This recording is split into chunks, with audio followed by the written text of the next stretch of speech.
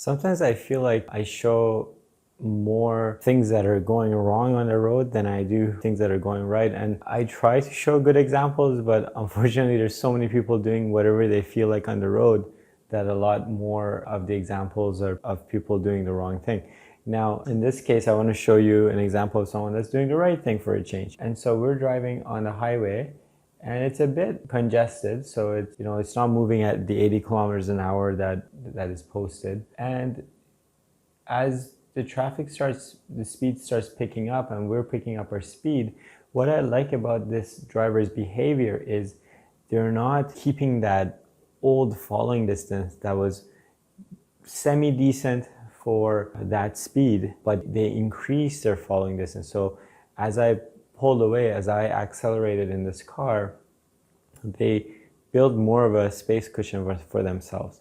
Now, once you've built a pretty decent space cushion, then you should try to keep up with the flow of traffic up to the speed limit, right? So if I then, as the leading driver here, end up going 20 kilometers above the speed limit and you were in this car, you would not just be like, well, I've got a pretty good space cushion, so I should just keep up with the flow of traffic, because in this case, I am speeding, and so it wouldn't make sense for you to try to keep up with the speeding vehicle. I hope that makes sense. I wasn't speeding here, but I'm saying if I was speeding, then once you've built your space cushion, there's no maximum following distance is what I should say. So going back to this video,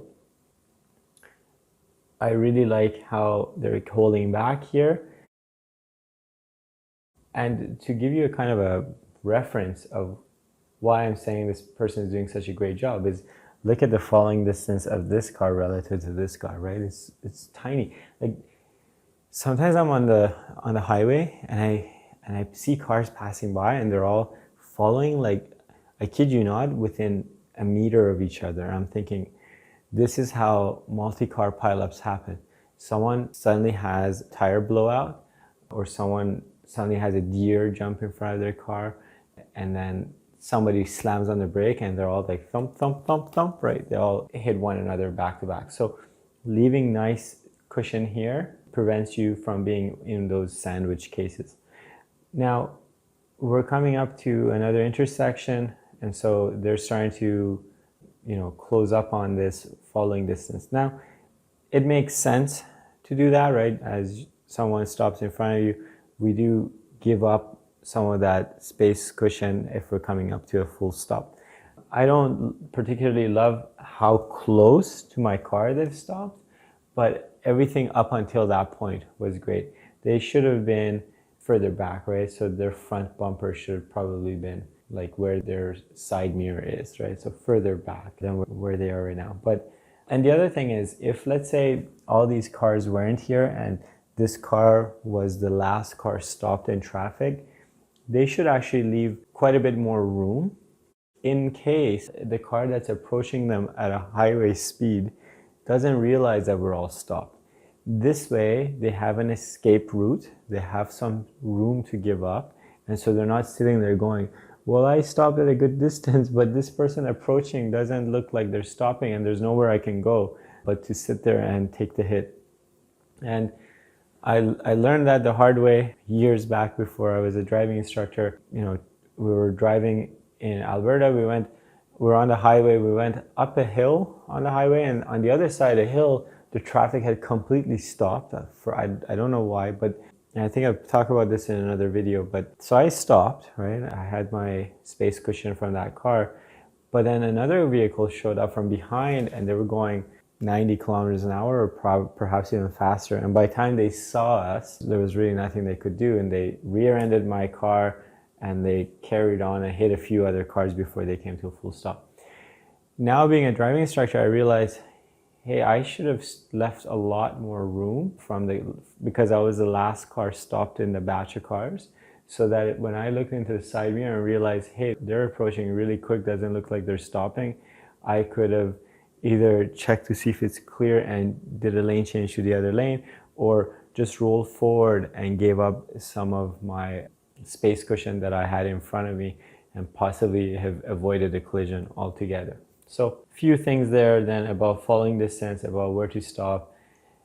And By the way, this is no good, right? This is a solid white line. You can't drive on the shoulder to go to wherever you feel like going. There's a lot of things you see on the road which is not appropriate, and it keeps happening because everybody sees other people doing it.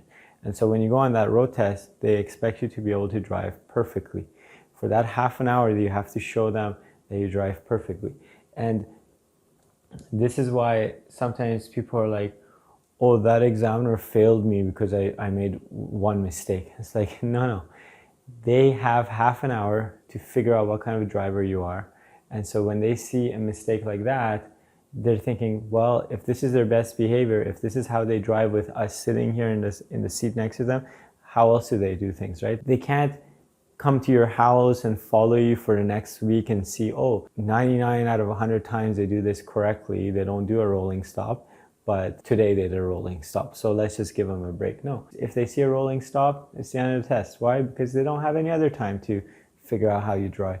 So this is why it's so important that you are in the right mindset, and that you just do the right thing on the road. I think there's a huge misconception out there that there is the way you drive on the road test, and then there's real driving, and that these are completely different.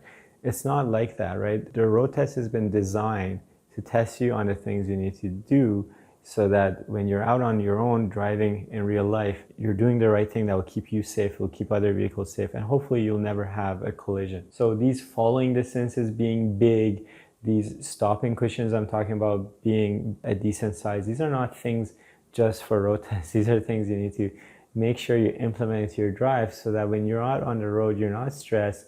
You can accommodate for other people's lack of good habits, and so on and so forth. So I hope you learned something from this video, and I'll see you in the next one.